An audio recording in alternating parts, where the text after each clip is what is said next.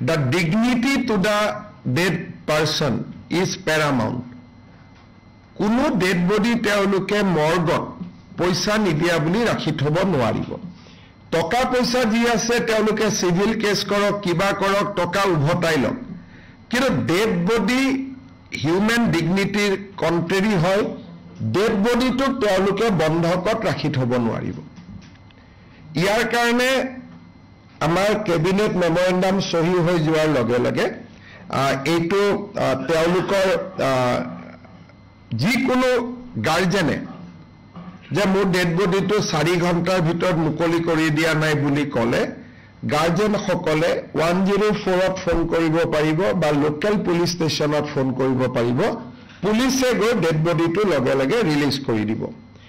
আৰু জুনে এনেকে ডেড বডি ৰাখি থৈ দিয়ে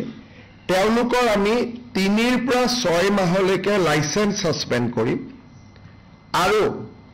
তেওঁলোকে 5 লাখ টকালৈকে পেনাল্টি দিব লাগিব আৰু যদি তেওঁলোকে ৰিপিট অফেন্স কৰে তেতিয়া আমি তেওঁলোকৰ নাৰ্সিং হোম বন্ধ কৰি দিয়াৰ ব্যৱস্থা লম আকৌ এবাৰ মই কৈছো যে মৃত শৰীৰ কোনো নাৰ্সিং হোমে 4 ঘণ্টাতকৈ বেছি ধৰি ৰাখিব নোৱাৰিব বোলে মোৰ লৰাজন আমেৰিকাত আছে আহি পোৱা নাই সেই কাৰণে মই ৰিকুৱেষ্ট কৰিছো নাৰ্সিং হোমত যে মৰ্গত ডেড বডিটো কিছু দেৰি থৈ দিয়ক বেলেগ কথা তেনেকুৱা কেতিয়াবা হয় কিন্তু মই পেমেন্ট কৰিব পৰা নাই ঘৰৰ পৰা পইচা লৈ আহক তেতিয়া ডেড বডি এৰি দিম এই কথাটো নহব পইচা আপুনি দিব আছে আপুনি সিভিল কেছ কৰক মানি কেছ কৰক যি কৰক বেলেগ ব্যৱস্থা লওক কিন্তু মৃত শৰীৰটো পণবন্দী হিচাপে ৰাখিব নোৱাৰে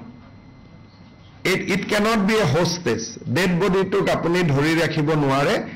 e adhikar kuno nursing home bharator সংবিধানে বা ভাৰতৰ আইনে দিয়া নাই